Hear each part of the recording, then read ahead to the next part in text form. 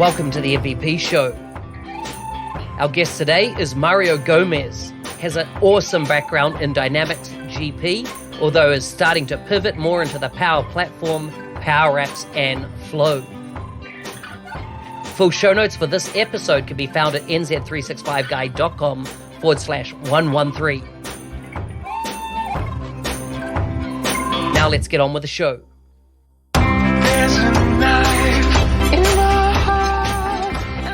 Mariano, welcome to the MVP Show. Thank you, Mark. Thanks for having me today. Appreciate it.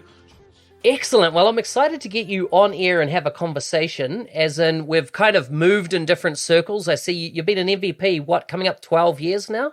Yes, sir. With the powers to be, I will certainly hit that mark.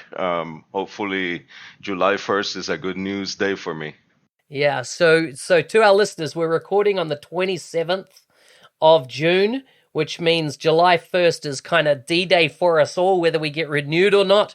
And so there's a bit of kind of like, am I through? Nobody knows. That you basically wait for an email to hit your inbox on that morning, sent around Seattle, 9 a.m. Seattle time, I think it is. And of course, we know whether we're in or out for another year.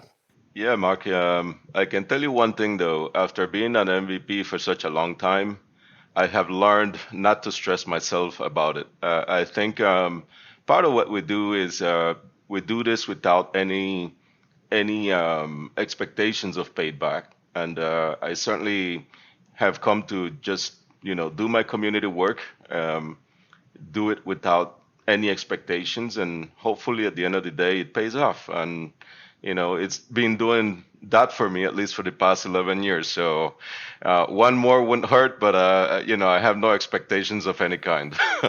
So true, so true. So tell us a bit about where you live in the world. Well, I hail from Atlanta, Georgia, in the United States. I've been living here in Atlanta for the past 12 years of my life. And prior to that, I used to live in the sunny South Florida, down in in the Miami area. So we moved here after a set of business opportunities that my wife got, and now we are, I guess, considered locals, right? Okay. So tell us a bit about then family. What's your family? Kind of what do you get up to when you're not doing work? Well, interestingly enough, I have we have five kids. 3 of them are from my previous marriage, but we have in total 5, and 4 of them are now adults, literally, and they have their own lives pretty much. So we only have a 13-year-old here at home who's in 8th grade, and we are basically busy with him day in and day out. If you have teenagers, you kind of know how that goes. So we love just the state of our lives right now, given the fact that we're young parents still. At least I consider myself to be young at 47. And we just try to make it work for us and for him at this point. Yeah, you're a spring chicken. You're not even at half time, right? 50 years is now half time. Yeah, there you go. I'm still. It still weighs in my mind, I guess. No, I reckon life expectancy for us will easily hit 100 based on if we just take the trend pattern of the last 100, 200 years. That is correct.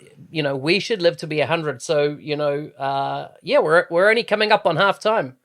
Yes, sir. And I'm looking forward to it. I think the next, 10, 15 years of my life will certainly bring some more interesting stuff. Hopefully a lot of it involving the community, but also personally. I just expect to continue growing from a personal level and a professional level, even, at that age. If we still have the life expectancy trends that you just outlined. Yeah. So true. So tell us, how did you become an MVP 12 years ago? Well, that's an interesting story. And I don't know if you are familiar with the global economic depression that we had back in '08. Mm-hmm. Yeah, so, absolutely. What is that? There was a name for it. What was it called? There was a term for it. Yeah, I can't even think what it was. I think it was the Great Depression. Right? The Great Depression was back in Back in the the 30s, I think. 30s, Yeah. but it was called what? There was a term for it, and it's at the top of my The tongue. What Great was it? Recession. I'm sorry. Yeah, it Yes, was a that was the Great recession, definitely. Recession. Yeah. Yeah, okay. So, bottom line, we had just moved to Georgia, if you can picture that, with my wife, and we were both working for the same employer. So, if you can relate that to any term, that would be having all your eggs in one basket, Yeah, right? yeah. I know what you mean. So, given the fact that the economy turned south, we sort of like were both unemployed at the time, and we're pretty disciplined, or are pretty disciplined financially. We've always been. So we had a chance to, you know, keep our savings going, and that basically run us through the entire period until we sort of got back on our feet. But to make things very, I guess, very interesting at the time, I actually found myself kind of hitting that mental roadblock against what was going on, and it turned out that I turned to the community and started just answering questions online. And back then were the forums, if you remember. We had these very primitive forums, not the kind of platforms that we have today. Exactly. And over a period of time, I would say over a period of 3 months, I got contacted by Microsoft, and they said, "Hey, we like what you're doing out there with the community. Would you submit yourself to being an MVP?" So, back then we could do that. I actually filled out the paperwork that was necessary, answered the questions that were necessary, garnered the support of back then 2 or 3 MVPs, because we didn't have more than 2 or 3 MVPs in the GP community. And next thing you know, I was an MVP in July, coincidentally enough. So from a bad situation, I think I turned it into a positive thing, just outpouring myself to the community and keeping my mind going, taking my mind a little bit off the situation that we were living at the time, and made the best of it. And here I am. So good, so good. Okay, so you came in from the GP or Great Plains part of the world. Was it still called Great Plains then, or had it been updated to Dynamics GP? Back then it was still Microsoft Dynamics GP. So we haven't changed that much overall. So it's been quite the ride, I guess. Yeah. So interesting. I want to kind of unpack a bit around, the journey that GP as a product has had. But before we go there, is that still your primary focus now, or have you started moving more into the Power Apps Flow part of the world? Yes, I actually think I pioneered a few of the first sessions around how to interact your enterprise resource planning system with, or your on-premise enterprise resource planning system with the Power Platform. So I think I delivered some of the few first sessions around that. But yeah, my focus as of late has been more on the Power Platform side. While I still continue to do GP for obvious reasons, here at my employer, we actually do ISV products around Microsoft Dynamics GP. So that's still my focus, but I think personally I'm moving more into the Power Platform roles, and particularly with Power Apps and Flow. Yeah. Okay. Awesome. I'm gonna bring that up in a second, but just before we go there, let's talk a bit about GP. So, we've seen a major pivot in the last 2 years from Microsoft, where they got rid of the word ERP, they got rid of the word CRM, and they came out with Dynamics 365, right? So, really kind of breaking down those internal silos that companies have around their ERP and their, CRM data, if you like. And of course, out of that, we've got the Power Platform, Common Data Service underpinning that. But what I've seen is that, we've seen NAV from Microsoft, one of the other ERP products, pivot into becoming Business Central. And we have seen the AX side of things become F&O under Dynamics 365. I haven't seen anything around GP, SL for that matter, or Solomon SL. And what's going on? What do you think Microsoft's doing with these two product lines, and especially GP? Yes, the focus on the on-prem, or what they now call legacy systems, has been obviously, declining over the past, I would say, 4 or 5 years now. And given the fact that Nav and AX were very internationalized products that supported many different business scenarios, um, garnished more of the attention of Microsoft, and focus to bring those products on into the cloud, which is now what we call Dynamics 365 for finance and operations, and certainly Dynamics 365 Business Central. So respectively. So I believe that yes, there will continue to be a decline on focus and in new functionality for SL and GP, but then you have to ask yourself honestly, these are products that have been in the market for over 25 to 30 years now. What much more can they add functionality wise to these on-prem products? Um, so they're very mature. They're very mature products as it is, and that's one thing that customers need to understand. Particularly moving from Dynamics GP and SL to any of these other products that are cloud-based products is not a straightforward upgrade. I want to make sure that our audience understands that. Um, there is a lot of functionality that is complemented in Microsoft Dynamics GP in particular by ISV products that you cannot get when you move to the cloud.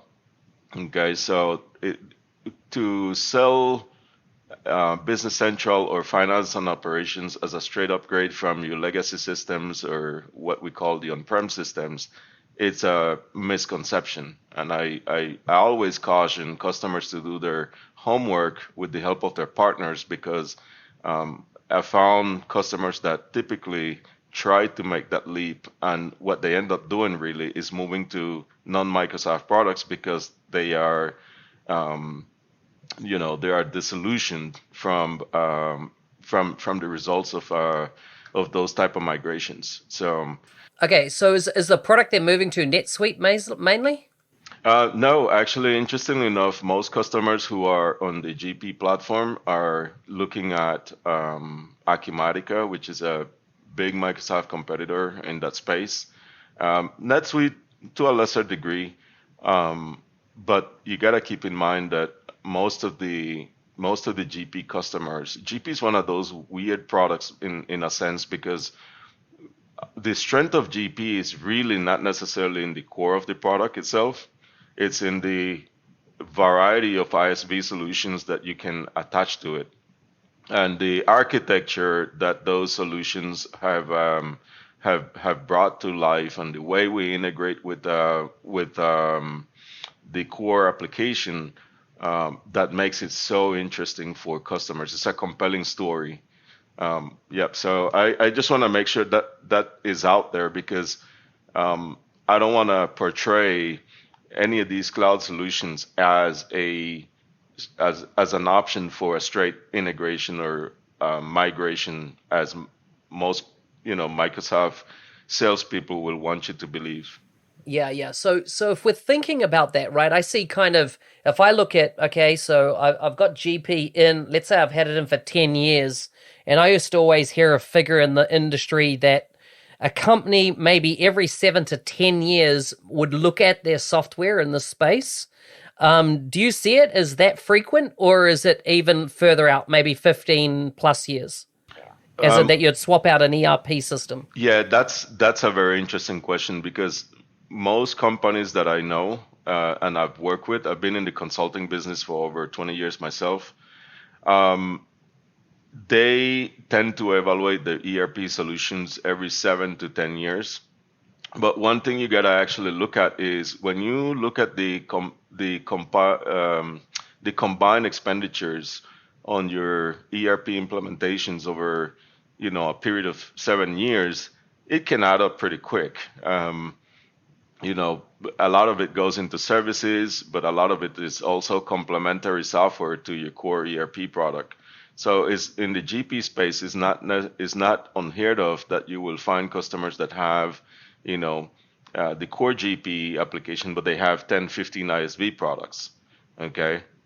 And these products allow you to do many things from enhancing the horizontal aspect of your core product, but also introduce a lot of vertical, industry specific solutions that you cannot find today, either on finance and operations and even Business Central. So, that's kind of where you get those deltas that are significant to considering a new ERP solution.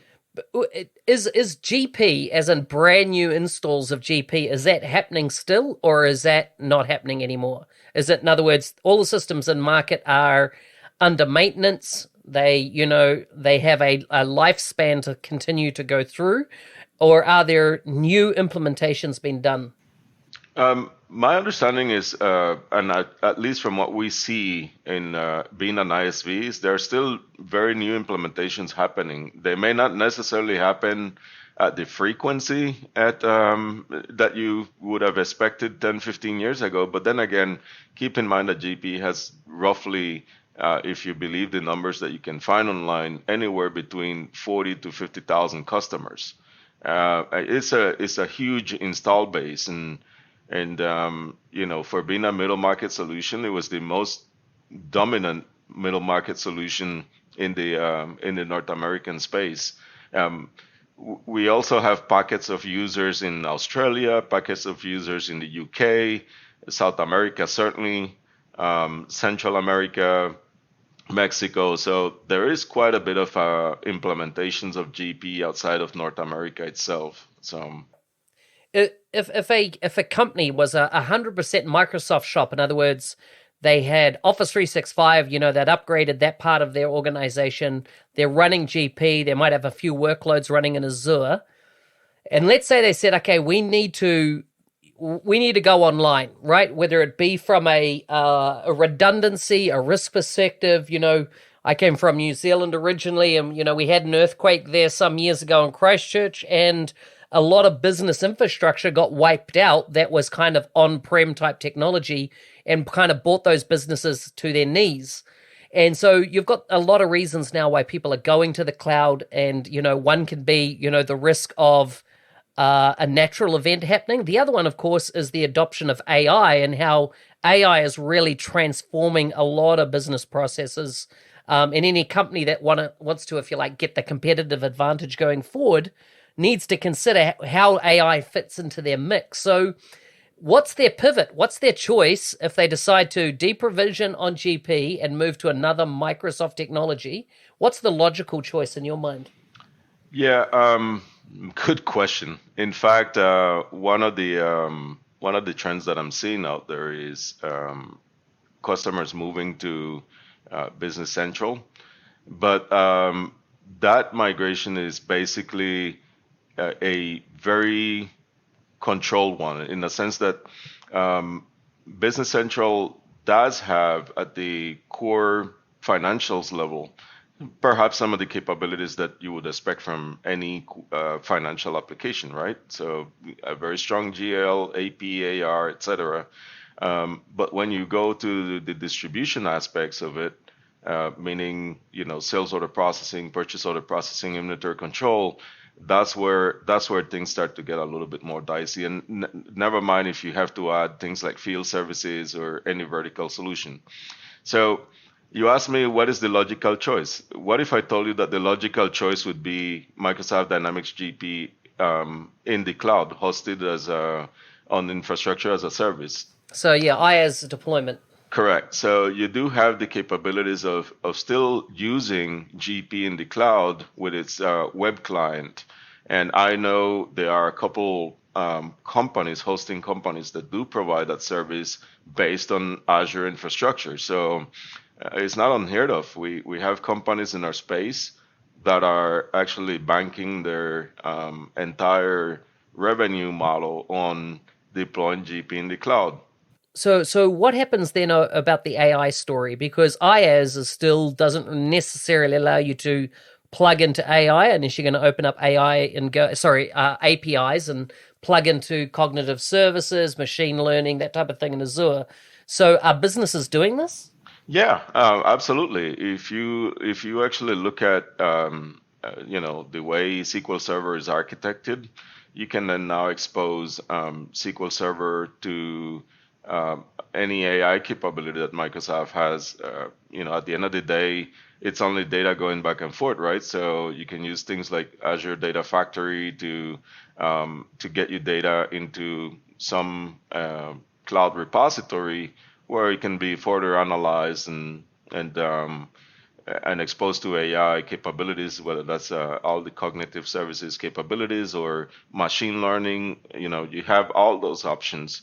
Um, but part of the other aspect of that is the deep integration that Microsoft has done between GP and the Business Central Intelligent Cloud Engine. So you can definitely expose that integration via Intelligent Cloud and gain immediate access to all the AI capabilities from that are built into Business Central. Of course, is an attempt as well of gaining the customer base and gaining the attention of the customer base from a migration standpoint. But if you go back to all these things that I've outlined before, functionality being one of the major concerns is not as straightforward as it might seem. You still have quite a bit of differences between the two products. You know what surprised me is that they even bought out Business Central. As in, I don't know if you're familiar with Project Green, an internal bit of work some years ago to kind of make one ERP to rule them all type thing. And, one of the challenges Microsoft has had is all these disparate ERPs through acquisitions. And so when I see them go to Dynamics 365 and F&O and kind of their cloud offering, sorry, that's my Siri taking off. I expected that, they would stick with one, and then all of a sudden Business Central comes up, which is obviously a port from NAV by the looks. What do you think? What were they thinking? So actually, history would have it that Project Green was an attempt about in the early 2000s to consolidate all the ERPs. But I think what Microsoft found back then was the fact that customers did like their ERP solution just as is. So consolidating all that functionality at the time probably seemed a little, uh, you know, premature, given the fact that they didn't quite understand the ERP market. Now, there were obviously all these products have their nuances and their idiosyncrasies built in, so it was a little bit difficult to engage in that project. So moving forward, fast forward in about 10 more years, so we're talking now about 2010. The acquisition craze started, or back, you kind of had passed the acquisition stage, I should say, and now you got into the whole building out the cloud solutions that we saw or we're currently seeing in the market. Started with CRM, now known as Dynamics 365 for sales. Then you had the addition of finance and operations when they converted the full AX application to being a web-based application, and then started to move that into the cloud.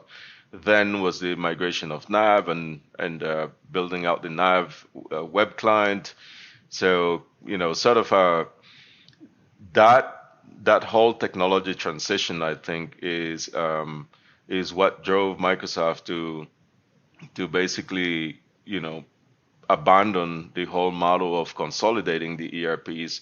But one thing I can tell you though, it is clear in my mind that they will continue to invest in making Business Central the leading middle market solution to basically replace all these legacy systems. That will happen. It will take time, and I don't know how much time Microsoft has allotted to make that happen.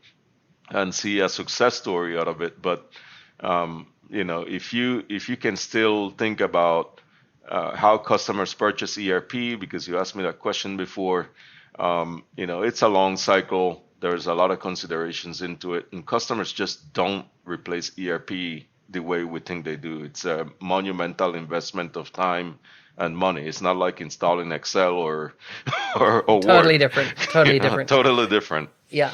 So here's the other one then. Why didn't they build it directly onto CDS as in Business Central, do you think? Why? Well, I would think that the CDS story has not evolved as fast as I think we would have expected, right? And CDS seemed to be at the time one of those esoteric XRM type platforms. If you kind of go back to the history of where it comes from, and I don't know that converging all this technology onto CDS would have been or has happened as fast as we initially would have anticipated. The point here being right now, if you look at Business Central, Business Central does not really effectively take advantage of CDS fully. Finance and operations and maybe 365 for sales and customer engagement, all these things do take advantage of CDS because it's native to how they were built, right? So it's more of I think it's more of a timing issue as opposed to anything that would prevent them from getting there. And I don't know, to be, I still sit here trying to understand what the CDS story will be. I'm sure you probably you've dabbled more in that space than I do, and you probably have seen the drawbacks but certainly the improvements that CDS has had over time. But I don't know. I don't know where that story is heading. I have to see more of it before I make any so I can make an informed decision around it. But right now, I just don't have the answer for it. Mariano, it's been great to have you on the show. Can you believe it? We're already coming up on time. I always love to ask a few kind of end questions. My kind of one for you today what's the number one bit of advice that you would give to an aspiring MVP around what they need to do? If they were just thinking, if they heard this podcast and thought, you know what, I could become an MVP, how long do you think they should invest time-wise in doing the things that will ultimately get noticed of them ultimately being nominated and becoming an MVP? All the obvious things aside, I think, and by obvious, I mean the forums, the videos, the things that we're doing right now, podcasts, all those obvious things aside, I think one thing that aspiring MVPs need to understand is this is a selfless endeavor. You do these things because you love them, not because you are expecting some reward from it. The only reward that we truly get as MVPs from doing this is to improve the life of other people and make sure that they do not experience the difficulties and the hardships that we have seen, right? That's why we put all this knowledge and content out there. And certainly the networking aspect is the second thing that I would highlight. So selflessness, networking, to me, are at the top of the list of things that aspiring MVPs should be looking at.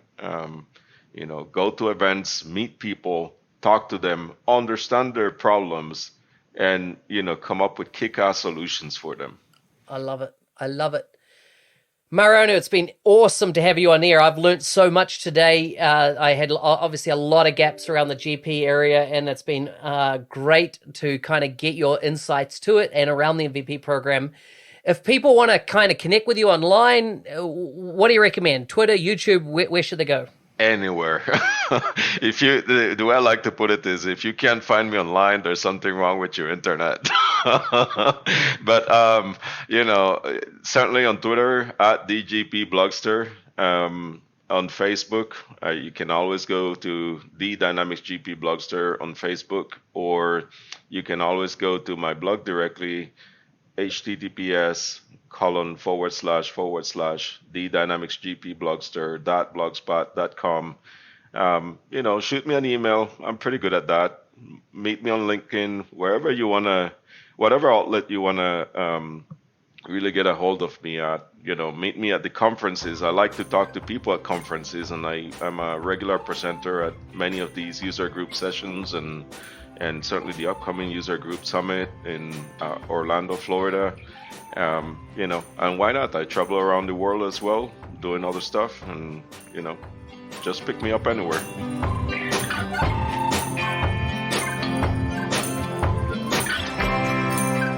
Hey, thanks for listening. If you want to learn more about becoming an MVP, you might want to check out my YouTube channel, youtube.com/NZ365guy. I've got a series that I produce a video every Monday with steps that you can take to become an MVP.